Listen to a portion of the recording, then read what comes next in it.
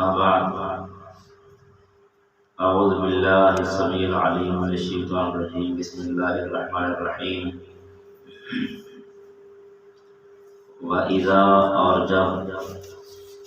قِيلَ لَهُمْ ان سے کہا جاتا ہے لا تفسدوا کہ زمین میں فساد فی الارض نہ ڈالو قالوا تو کہتے ہیں انما نحن کہ ہم تو بے شک ہم تو مصلحون اصلاح کرنے والے ہیں یہ الا انہم دیکھو یہ بلا شبہ ہم المفسدون فسادی ہیں ولکن لا یشعرون لیکن خبر نہیں رکھتے۔ منافقین کے یہاں دو اوصاف بیان کیے گئے ہیں۔ ایک ان کا یہ تھا کہ وہ مسلمانوں میں بگاڑ ڈالتے تھے، مسلمانوں کے اندر لڑائیں کروایا کرتے تھے۔ کبھی اس بات پہ لڑائی کرواتے کہ دیکھو تم انصار ہو، تمہارے پاس مال دولت پیسہ سب کچھ، یہ زمین مدینے کی تمہاری ہے، تو وہ کوئی کہاں سے آیا کوئی کہاں سے آیا، ان کو ان کے ملک والوں نے نکال دیا اور تم نے انہیں سینے سے لگا لیا، اپنا بھائی بنا لیا۔ حتیٰ کہ صحابہ کرام رضوان اللہ علیہ مجمعین کا یہ طرز عمل تھا انصار صحابہ کا کہ جو صحابی وہاں سے آتے مہاجر ہجرت کر کے مدینہ مکے سے یا کسی اور علاقے سے تو وہ اسے اپنا بھائی بناتے، حتیٰ کہ اسے اپنی جہیزات میں سے حصہ دیتے ہیں۔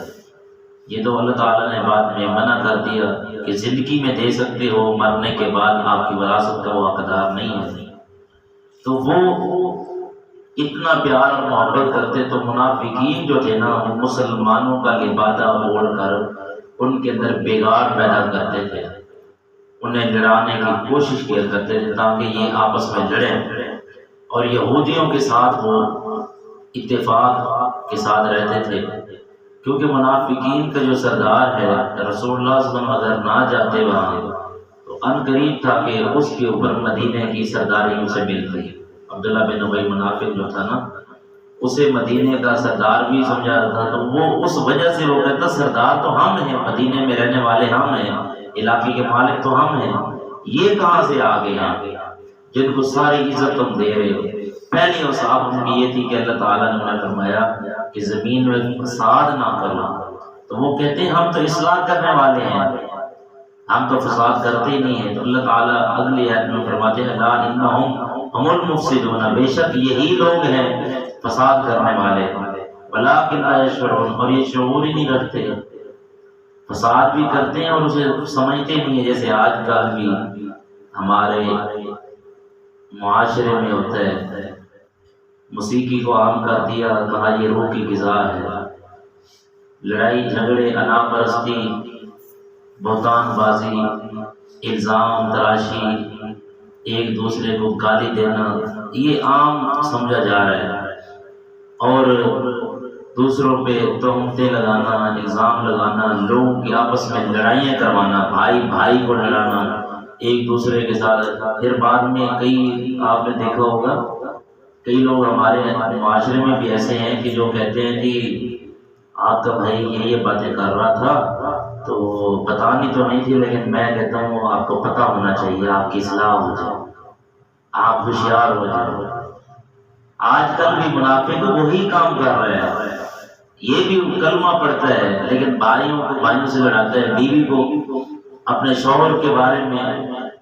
بدزن کرتا ہے اسی بات پہ کہ تیرا شوہر ایسے ہے ویسے ہے یہ ہے وہ ہے۔ بتانا نہیں چاہیے تھا لیکن میں اس لیے بتا رہا ہوں کہ تجھے پتہ ہونا چاہیے۔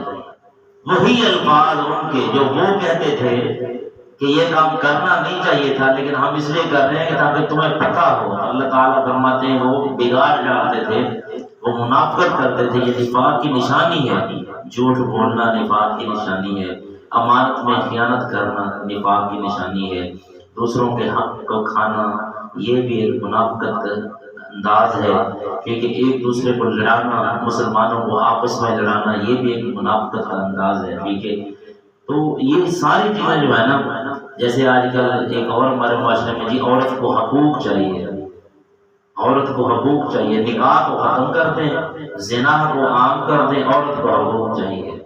یہ ایک منافقوں کا، یہودیوں کا جھنڈا ہے، یہودیوں کا طریقہ کار ہے جو شروع سے آ رہا ہے۔ اللہ تعالیٰ نے فرمایا کہ یہ جو منافق ہیں دراصل یہی زمین کے اوپر فساد کرتے ہیں، فساد برپا کرتے ہیں۔ اس سے مراد یہ ہے کہ جو فساد کرتا ہے وہ منافق ہے، جو امن چاہتا ہے وہ منافق نہیں ہے۔ امن ایمان کی جمع ہے، امن ایمان والے کو ہمیشہ یہی ہونا رہتا ہے کہ امن ہو علاقے میں، امن قائم ہو، سکون ہو، اطمینان ہو۔